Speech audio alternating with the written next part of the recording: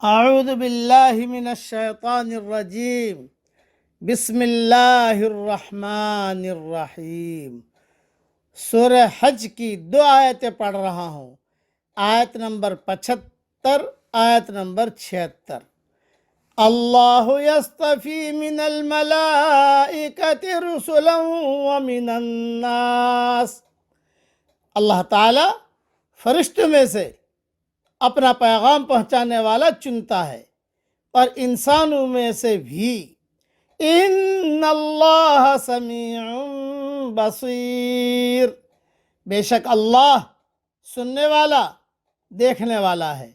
یعلم ما بین ایدیہم وما خلفہم، وہ جانتا ہے جو کچھ ان کے آگے ہے اور جو کچھ ان کے پیچھے ہے۔ وَإِلَى اللَّهِ تُرْجَعُ الْأُمُورِ، اور اللہ ہی کی طرف لوٹتے ہیں سارے معاملات۔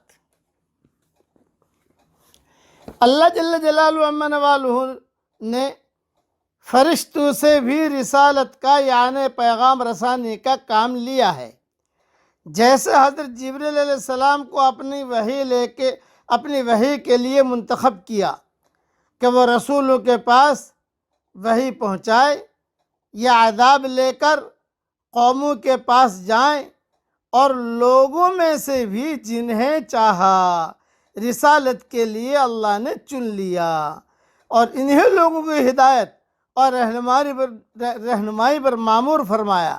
یہ سب اللہ کے بندے تھے، گو منتخب اور چنیدہ تھے، لیکن کس لیے؟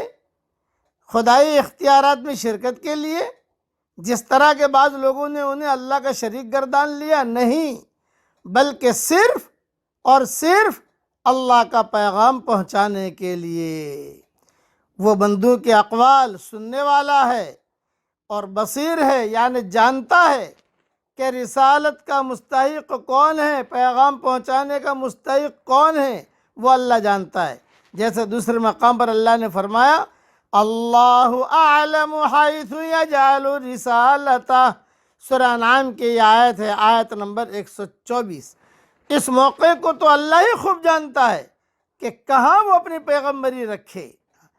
جب تمام معاملات کا مرجع اللہ ہی ہے تو پھر انسان اس کی نافرمانی کر کے کہاں جا سکتا ہے اور اس کے عذاب سے کیوں کر بچ سکتا ہے؟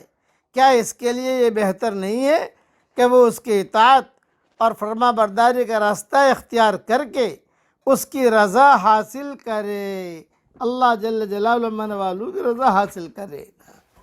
اسی لیے ایک نصیحت یاد رکھنا، جب پردہ کھلے گا، یعنی کیا مطلب؟ خدا کی طرف سے جتنے پیغمبر آئے ہیں ان سب کے ساتھ ایک ہی مشترک حادثہ پیش آیا ہے۔ وقت کے اکابر نے ان کو نظر انداز کر دیا۔ جو لوگ ماحول کے اندر بڑائی کا مقام حاصل کیے ہوئے تھے، انہوں نے ان کو قابل التفات نہیں سمجھا۔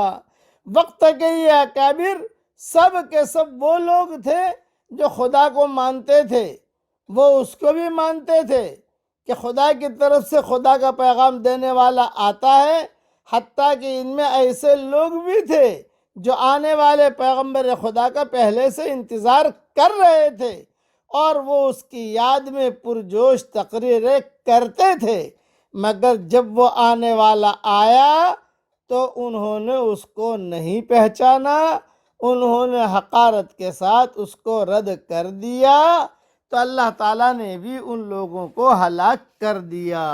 اور جو پیغمبر تھا، جو حق بات کو لے کر دنیا میں پھر رہا تھا یا اللہ کی بات پہنچا رہا تھا، اللہ جل جلالہ عما نوالہ نے اسے چمکایا، اور اس کی بات پر جو چلا، جو رسول آیا اور جو اخلاص کے ساتھ کام کرنے والا آیا، اور وہ لوگوں کو باتیں بتاتا گیا، لوگ پیچھے پیچھے چلتے گئے۔